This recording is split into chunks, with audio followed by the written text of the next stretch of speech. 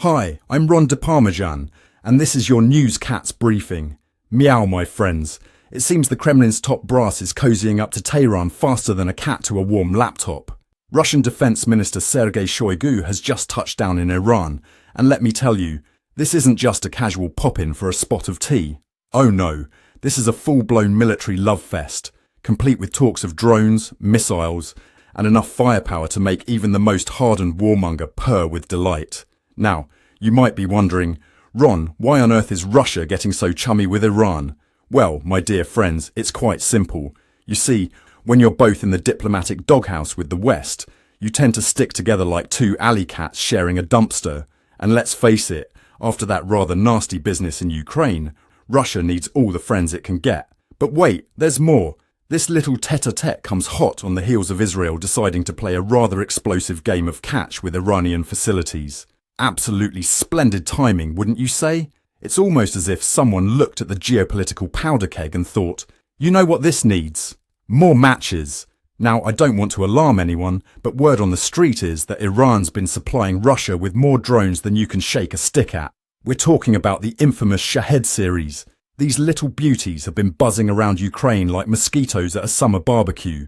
In return, Russia's offering Iran some rather fancy toys of their own. Su-35 fighter jets, anyone? How about some S-400 missile systems to round out your defense collection? But let's not forget the economic implications of this budding bromance. Both countries are facing more sanctions than a naughty schoolboy, so they're turning to each other for a bit of economic cuddling. It's like watching two porcupines trying to slow dance.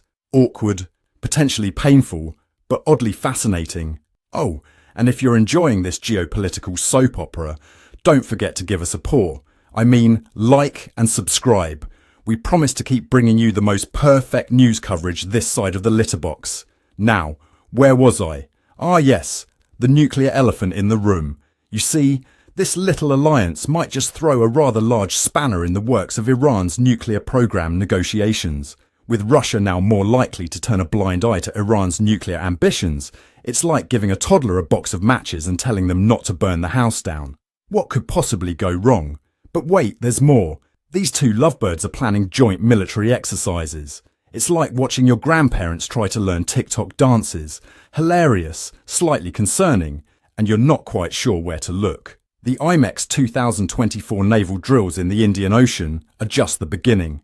Next thing you know, they'll be synchronizing their missile launches to the tune of Stayin' Alive. Now, I don't want to sound alarmist, but this alliance is shaping up to be the geopolitical equivalent of two alley cats joining forces to raid the neighbourhood fish market. It's all fun and games until someone loses an eye, or starts World War III.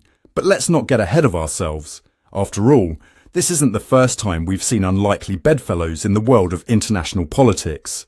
Remember the World War II alliance between the US, Britain and the Soviet Union? Talk about a dysfunctional family reunion. At least Russia and Iran have the decency to be upfront about their mutual distrust and conflicting regional ambitions. So, what's next on the agenda for our dynamic duo? Perhaps they'll start a book club, discussing the finer points of how to make friends and influence people, while casually ignoring the chapter on international law.